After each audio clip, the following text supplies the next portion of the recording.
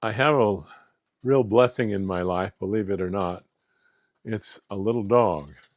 For many years in the ministry, we traveled all the time and we couldn't have a dog because we were on the airplanes 3 or 4 times a month and we just couldn't do that. And then Marie got sick and I had to kind of slow way down and almost stop on the ministry to take care of Marie.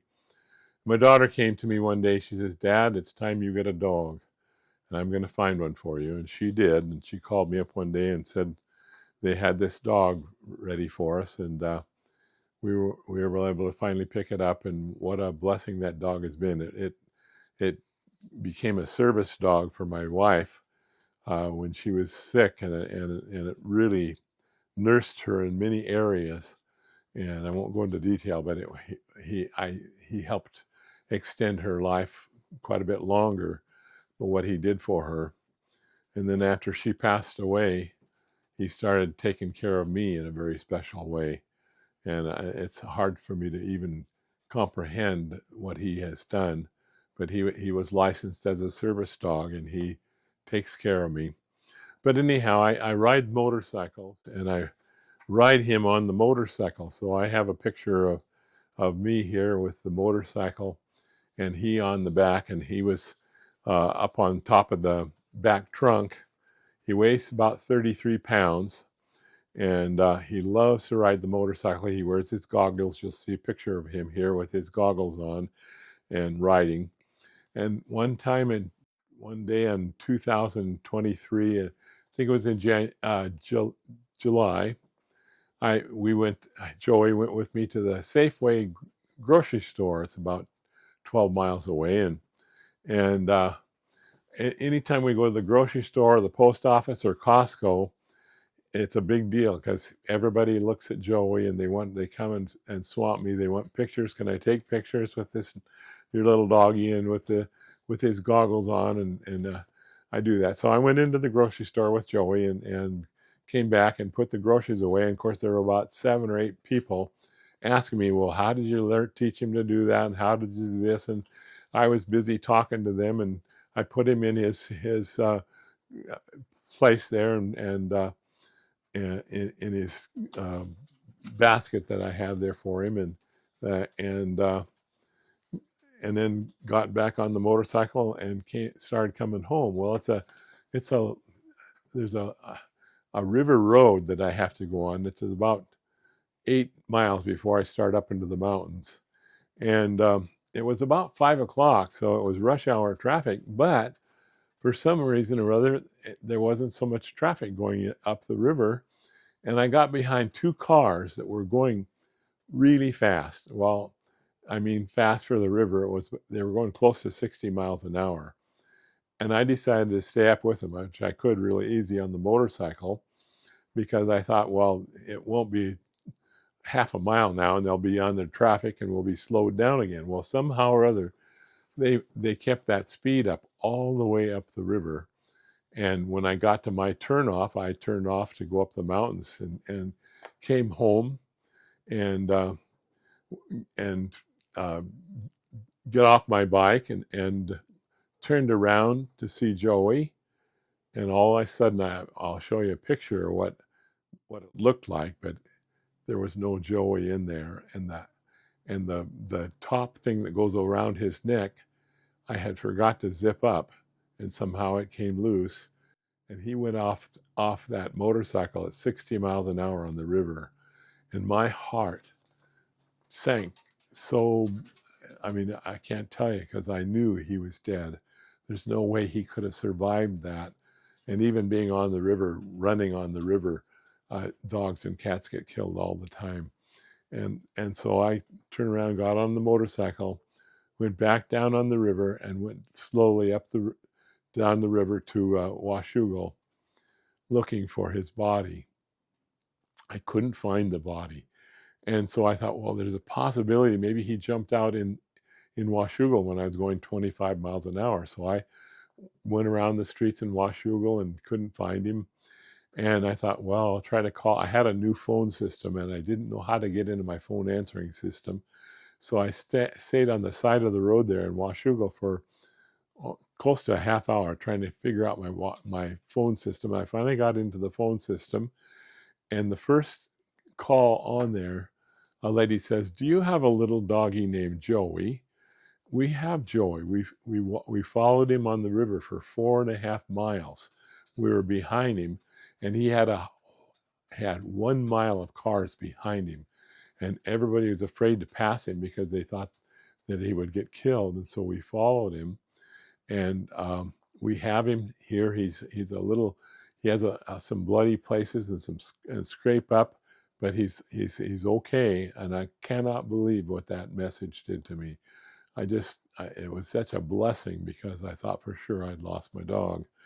And so I went to pick him up, and the lady, he was scraped up there, and he has a service vest that goes around him, and it was all scraped up and tore up somewhat.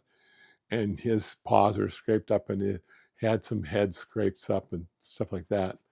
And she said, it was so amazing. She said, he was trying to get back to you, and we followed him the whole way. And I have some pictures for you. So she gave me some pictures of the following Joey on the river road. She says, I was just sure that he was going to go around a left-hand corner because he always went over to the left side, and the cars were traveling really fast, and they wouldn't see him, and they would run over him. And right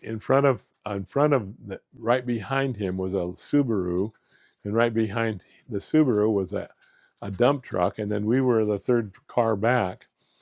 And the Subaru would go out in front, and he'd jump out, and he would try to get your doggy, and the dog always went around him. The Subaru did that about 3 times, and finally took off and didn't go anymore. I have a picture here of the back of the truck with Joey in the left-hand lane driving. They said he went up to 20 miles an hour the whole time, and there's a picture of the Subaru, or the dump truck, finally passing the Subaru, and Joey right behind the Subaru. Dump truck decided he wasn't going to stay there any longer, and he took off. And then finally the Subaru took off, and the lady said, we followed him the rest of the way.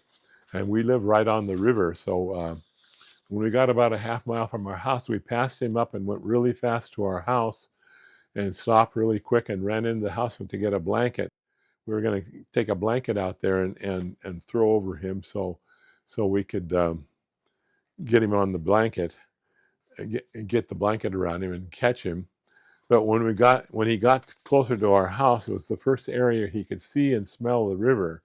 And I guess he was thirsty, so he went over to the river, and he bent down, and there's a picture here of him drinking in the river. And so my husband went over to catch him. Well, he was afraid of my husband, so he jumped in the river. Now, I want to tell you this. Joey has never been in water, ever. He's never been swimming before in his life. I've had him since he was a very small puppy. And he jumped into this river, and you see him swimming across the river, and he swam across to the rapids. And you'll see a picture here of him going into the rapids, and the rapids grabbed a hold of him and took him down the river to a small sandbar and put him on the sandbar. And so the lady said she was able to go down there across the river from her on the sandbar and call him. And he jumped in the river and swam over to her, and that's how she got him. And of course, he had a collar with a name tag on it. And so she was able to get him, and then she was able to call him, and I was able to pick him up. But I cannot tell you what a blessing and what a miracle that is, that he's still alive. And here's a picture of the family that saved him: Paul, Kuth, and Kate, and their son Cedar and Canyon. And I pray for them. I have this picture on my refrigerator, and I pray for them all the time, because I really feel God used them to save Joey for me. And I just wanted to tell that story because I really believe God did that. It wasn't an accident. God saved his life, and he has been such an unbelievable help to me even since then. And he travels with me all the time on the motorcycle. Here's a picture of me on the motorcycle with him. And to end this, for people who don't know, I have a musical. I spent many years in the Grand Opera, singing operas and symphonies all over the world. And so I have samples of that on my YouTube page. But we're going to end this with a song. One of the things I did all the time after God called me into ministry is I had the Billy Brothers Southern Gospel Quartet, but I also had the 16 singing bills where I did all the parts. And since I had a 4-octave range, we're going to end this with the 16 singing bills singing for you. And if you like it, give us a thumbs up and say we like it, and sign up to subscribe. That will help get this out. We're already doing between 2,000 and 5,000 people a month, and we would like to build that up to more people to get ministered.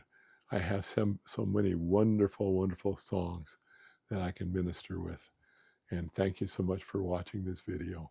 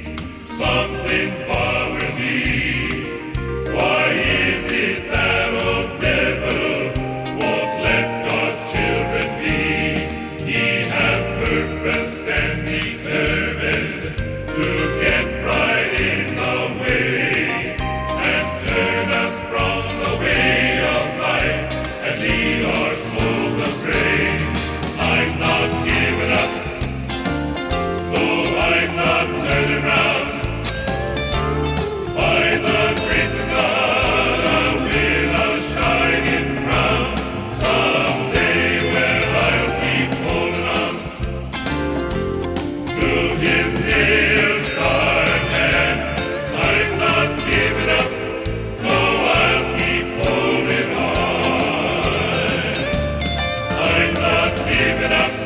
No.